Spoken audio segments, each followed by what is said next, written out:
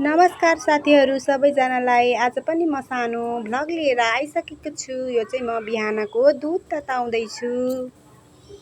अनि चाहिँ एउटा मकै रहेछ, अनि मैले पोलेर बाबु नानीलाई दिन्छु भनेर मकै चाहिँ पोल्दिन हालेको छु र दिन्छु। अनि सोयाबिनको र आलुको तरकारी बनाउँछु म।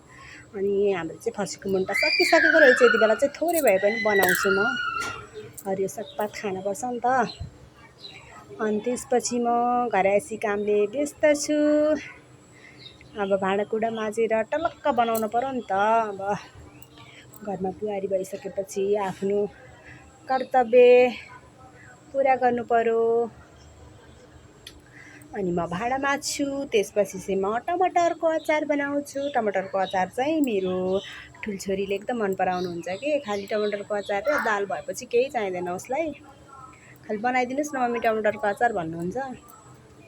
अनि म टमाटरको अचार बनाउँछु, थोरै धनियाँ राख्छु र बुढोले कपडा धुँदै हुनुहुन्छ, अनि म पनि सघाउन जान्छु।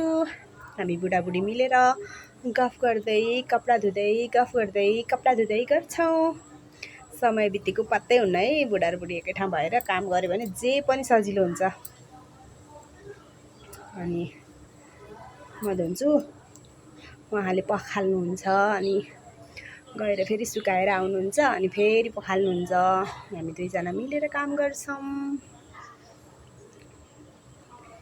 अब हात खुट्टा धुनुहुन्छ, अनि अब जान आँट्नु भएको छ कि भनेर म चाहिँ भन्दैछु। अनि त्यसपछि होइन रहेछ, अनि फेरि मलाई सघाउनुहुन्छ। हामी दुईजना मिलेर काम गर्छौँ। म चाहिँ कपडा धुँदैछु।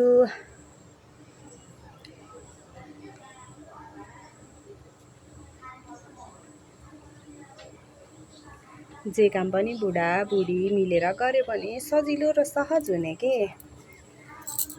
प्राय मलाई चाहिँ बुढाले कपडा धुन चाहिँ सघाइदिनुहुन्छ।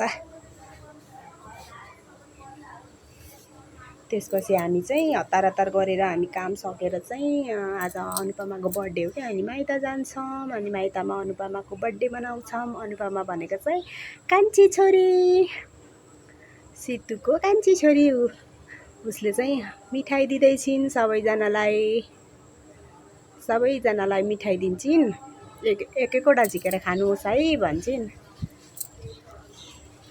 सानो छिन्, राम्रो छिन् पुकुली, ह्याप्पी बर्थडे टु यु। त्यसपछि सबैजनाले एकवटा झिकेर खानुहुन्छ। अनि बाबु आउनुहुन्छ, अनि हाम्रो सबैभन्दा ठुलो छोरो है। अनि हेरेको रोजेको रोज्न गाह्रो भएर एकदम, अनि कुन लिऊँ भनेर बल्ल बल्ल एउटा लिनुहुन्छ। अनि मम्मीले पनि लिनुहुन्छ। आरुसीले लिइसकिन्, खाइसकिन्। त्यसपछि बर्थडे गर्ल उहाँ हुनुहुन्छ, खाँदै हुनुहुन्छ ह्याप्पी बर्थडे। त्यसपछि हाम्रो केक खानेकुरा हुन्छ र सितुरमा केक लिन जान्छौँ। अब अर्को भ्लगमा बाई सबैलाई।